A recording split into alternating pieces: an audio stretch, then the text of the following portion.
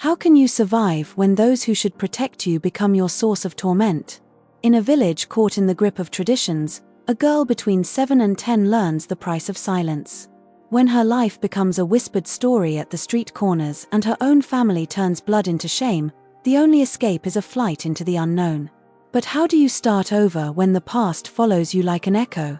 Join me in a brutal yet resilient story, where a secret buried in darkness defies time, and where forgiveness doesn't come at a price, but as a promise. I was nearly 7 to 10 years old when I found out I was pregnant.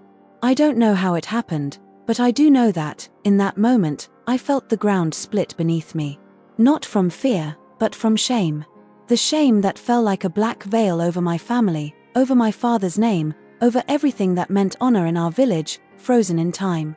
I became the black sheep, the cautionary tale whispered about in hushed voices, the girl who had strayed from the right path, though no one ever looked me in the eyes to ask how I had gotten there. That I am the only daughter of a man whose pride was stronger than the walls of our house.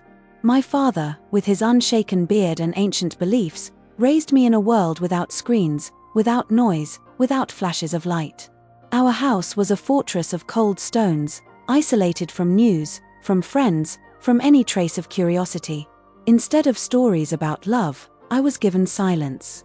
Instead of words about the changes in my body, I received sideways glances whenever I tried to find the words. My mother. She was a shadow who only whispered for me to behave, without ever explaining what that meant when your breasts grow painfully and your nights burn with restlessness you don't understand. That I learned from books, as I was ordered to. Pages filled with foreign histories, with numbers, with sacred verses. But nothing about how to recognize a gaze that wants you, nothing about how to protect your body when the world around you sees it as a walking sin. I grew up with gaps that swallowed me whole, questions about what I felt when the wind touched the nape of my neck, about why my heart pounded when I saw the boy from the edge of the village. I searched for the answers on my own, in secret, in books stolen from the school library or from whispered conversations among my classmates. That I know what they say, that I was foolish, that I followed my desires, that this is what happens when no one watches over you. But how can you be prepared when no one teaches you to know yourself? When silence is the only language of love, and desire is a monster that must be stifled. I fell because I believed a touch could be more than shame. I fell because I wanted to feel like I existed, even if only for a moment. Now, as the entire village talks about me and my mother turns her face away when I pass her, I ask you, before you throw stones at me, look in the mirror. Have any of you ever learned how to talk about life with your daughters? Or do you let them drown in their questions, lost in the darkness of silence? I was one of them. And yes, I made a mistake. But my mistake did not begin that night. It began with every day I was left to believe that my body was an enemy, and my heart, a trap. The symptoms came like traitors. Nausea, dizziness, the twisting in my stomach that sent me running to the barn or behind the house, hiding among the geese and sacks of hay, vomiting until my throat burned. I didn't understand what was happening, but my body did. It remembered that silent night when I curled up in bed with my hands over my eyes, trying to chase away the fear with thoughts of his warm hands on my hips, of his breath, dizzy with dew and tobaccoed at tea school. My biology teacher sent me home 3 times in 1 week. She's tired, she told my mother, but that long, knowing look said more. Why mother waited until others' suspicions were confirmed before looking at me. She came to me one evening, as I struggled to swallow a spoonful of soup, and grabbed me by the hair, turning my face toward the lamplight. Her lead grey eyes flickered with something cold. "Did you do it?" she hissed, without naming my sin. I nodded in silence, and her hand slammed against the table, shattering the quiet like a gunshot. Then she walked out of the house, leaving the door creaking in the wind. And why father found out the next day. I heard him shouting from the doorstep before I saw him, his voice tearing through the air like an axe. He stormed into the kitchen, where I sat curled up on a chair, my hands pressed against the small belly that had begun to show. His Bible was clenched in his fist, and his beard trembled with fury. "Who?" he roared, and the word exploded like a blow. I shook my head, biting my lip until I tasted blood.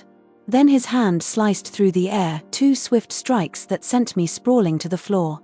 The sound of my bones hitting the wood echoed louder than the pain.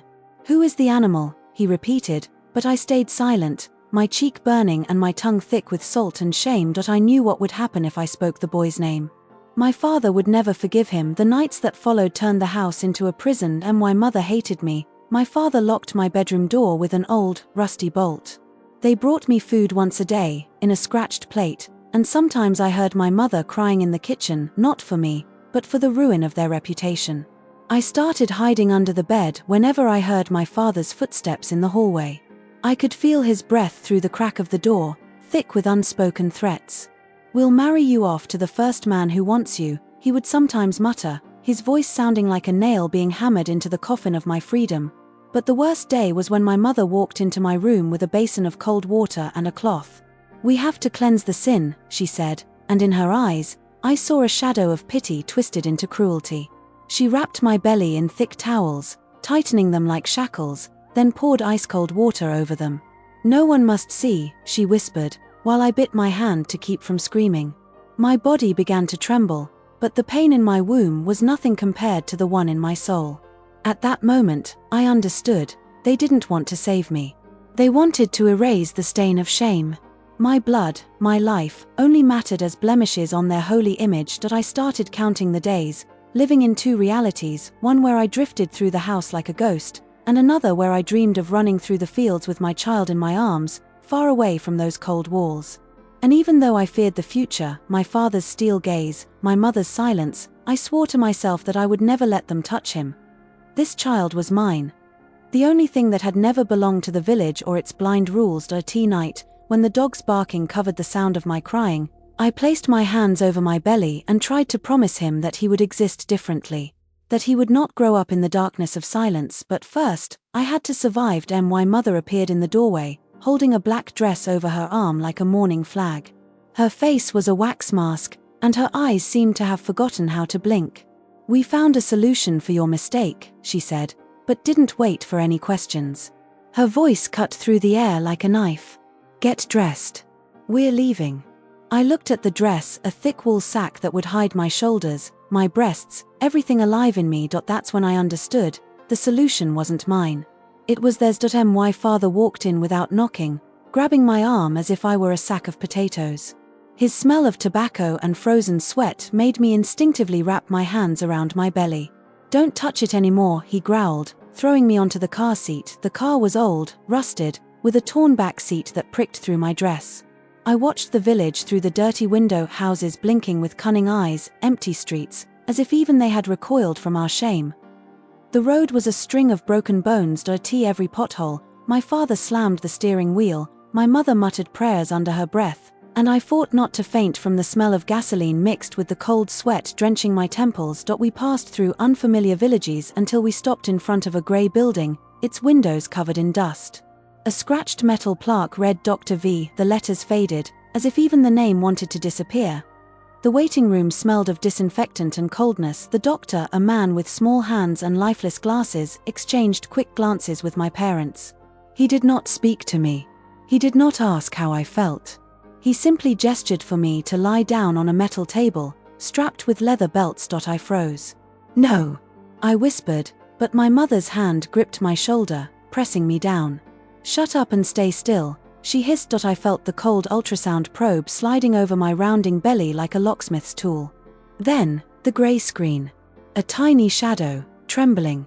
The child. I reached out to touch the image, but the doctor abruptly turned off the machine. They didn't give me time to get up. My father pinned me down on the table while the doctor pulled out a long, thin tube.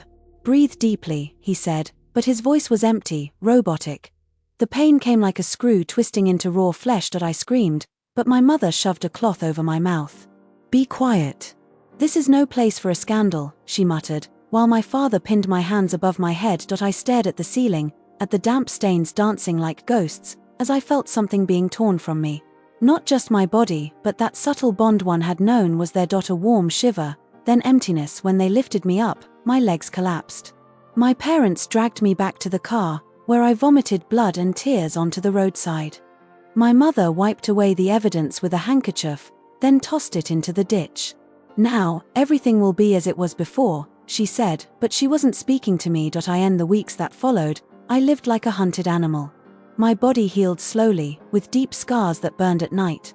But the real pain was elsewhere, in the emptiness between my thighs, in the blood that no longer came, in the dreams where I ran, trying to catch that tiny shadow from the screen. My parents pretended nothing had happened. My mother stole glances at my flat belly, pleased that the sin had been erased. My father reread his scriptures, convinced that God had forgiven his pride. But I knew the child had not disappeared. He remained inside me, like a silent scream, like a scar on a heart no doctor could remove.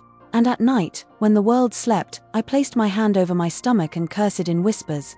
Not them, not the doctor, but myself, for letting them take the only thing that had ever made me feel alive. But the vow remained. Never again would I let anyone touch me, and if one day I had another shadow in my womb, I would defend it with my teeth, and with whatever was left of my broken soul. Until then, my survival was a quiet revenge. A promise that their darkness would never consume me whole. I left home on an April morning when the snow was melting into mud and the sky was a murky grey, promising sunshine. I left with an old backpack full of worn-out clothes and a plastic bag where I kept the money I had saved from selling eggs from our hens and from the silent way I served at the bar in the neighboring town. My last glance at my childhood home was a spark of cold pain. Those grey walls, the windows like empty eyes, the door that always creaked like an unheard cry. I swore I would never return. The first years were a string of nights spent in dirty train stations, of days worked in factories with cement walls, where the smell of burnt oil clung to my skin like a second layer. I slept in rooms shared with women whose gazes told stories similar to mine. I had learned to be silent, to make myself invisible, to survive. But every night, when I placed my hand on my stomach, I felt the emptiness like a wound that refused to heal. I met Bill on a rainy day when I was sheltering under a market stall. He carried a damp tent and a smile unafraid of scars. He never asked about my past, but his eyes read my silence like an open book.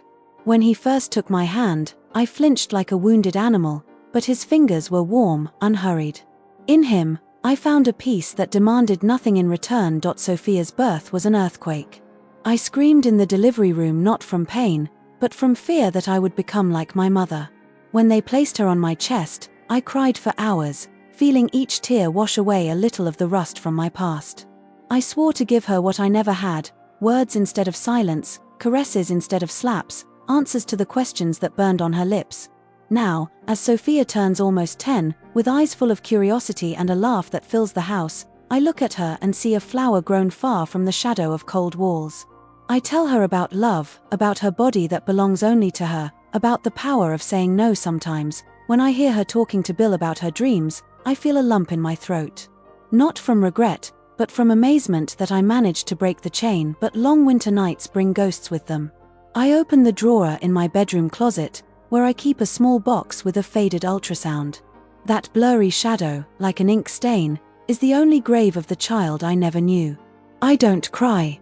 I just wonder if, somewhere beyond time, they know that Sophia's life is also their prayer. My parents are nothing more than a faded photograph in an album I never open. I heard my father died with a Bible pressed to his chest, and my mother still lives alone in that empty house. I never sent letters. Forgiveness is a bridge I cannot cross, not for them, but for myself. To forgive them would mean to admit that their pain was also mine. And I can't today. When Sophia asks about the scar on my hip, I smile and tell her it's a memory from when I was an adventurer. She laughs, believing I'm talking about travels. She doesn't know that the greatest adventure was learning to love after surviving hatred. The past will follow me for a lifetime, but I have learned to walk with my head held high. And when I look at the mirrors in our house, filled with midday light, with laughter, with songs, I know that I have built something from ruins that cannot be torn down. Maybe there is no complete healing, but there is the freedom to choose how to move forward. Every day with them is a word written over the silence that once swallowed me whole. And that is enough. Today, when I see my daughter's smile, I remember that every scar is an unfinished story. But you, dear listeners, what would you do with this story? Would you bury the truth in silence, or would you tell it to the world? Could you forgive parents who sold your pain for their pride? Or would you turn survival into a weapon of light? Leave your answers in the comments. Every word is a thread that can weave a hidden community out of the shadows. And if you've ever felt like silence was stealing your voice, tell me, how did you break it? Your stories are not just words, they are ladders for others still struggling in the dark. Hit like if you believe true courage is rising from the ashes of shame. And don't forget to subscribe, you might just find yourself in the next story.